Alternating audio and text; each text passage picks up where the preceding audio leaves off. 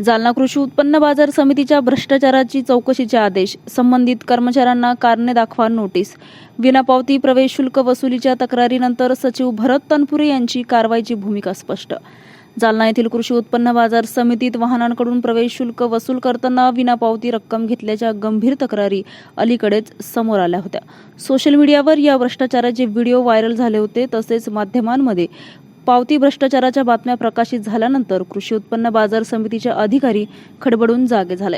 शेतकरी आपला शेतमाल विक्रीसाठी बाजार समितीत घेऊन येतात. वाहनानुसार प्रवेश शुल्क आकारले जात असताना काही कर्मचाऱ्यांकडून पावती न घेता रक्कम घेतली जात असल्याचा आरोप करण्यात आला होता. या प्रकारामुळे शासनाच्या महसुलाला फटका बसत असल्याची चर्चा असून भ्रष्टाचार उघड झाल्याने शेतकरी वर्गातून संताप व्यक्त केला जात आहे. या पार्श्वभूमीवर आता कृषी उत्पन्न बाजार समिती प्रशासनाने हालचाल सुरू केली आहे. समितीचे सचिव भरत तनपुरे यांनी माध्यमांशी बोलताना सांगितलं की संबंधित गेटवरील वाहनांकडून शुल्क वसूल करणाऱ्या कर्मचाऱ्यांना कारणे दाखवा नोटिसा बजावण्यात आली आहे. नोटिसीनंतर संबंधितांनी आपला खुलासा सादर केला असला तरी तो समाधानकारक नसल्याचं त्यांनी स्पष्ट केलं. सचिव तनपुरे यांनी पुढे सांगितलं की आगामी संचालक मंडळाच्या बैठकीत हा विषय अधिकृतरित्या मांडण्यात येणार आहे. कृषी उत्पन्न बाजार समिती कायद्यानुसार संबंधित कर्मचाऱ्यांना योग्य ती शिस्तभंगाची व प्रशासकीय कारवाई करण्याचा प्रस्ताव ठेवण्यात येईल. दोषींवर कठोर पावले उचलली जातील असा इशाराही त्यांनी दिला. दरम्यान या प्रकारामुळे बाजार समितीच्या कारभारातील पारदर्शकतेचा प्रश्न पुन्हा एकदा ऐरणीवर आला आहे. प्रशासन नेमकी कोणती ठोस कारवाई करते याकडे शेतकरी आणि नागरिकांचे लक्ष लागले आहे.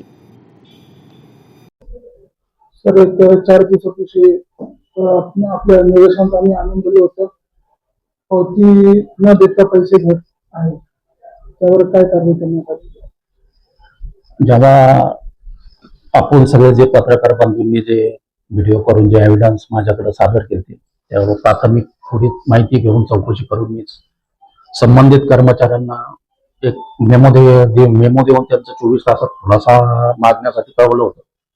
त्यानंतर त्यांचे खुलासे त्यांनी सादर केले. एक दिवस 19 तारखेला छत्रपती शिवाजी महाराजांची जयंती कार्यालयीन सुट्टी असल्यामुळे तो दिवस गेला आणि त्यांचे खुलासे समाधानकारक नसल्यामुळे आम्ही त्यांना एक आता कारणे दाखवा नोटीस बजावत आहोत आणि कारणे दाखवा नोटीस दिल्यानंतर प्रशासकीय सभेमध्ये मांडून पुढील कारवाई करण्यात येईल आणि याचे एक बाजार समितीचे कायदेशीर सल्लागार यांना याच्यासाठी चौकशीसाठी नेमून त्यांची चौकशी सखोल करण्यात येईल आणि त्यांच्या चौकशी अहवालानंतर यांच्या बाबतीत अजून काय कायदेशीर कारवाई करण्यात येईल ती कारवाई प्रस्तावित करण्यात येईल.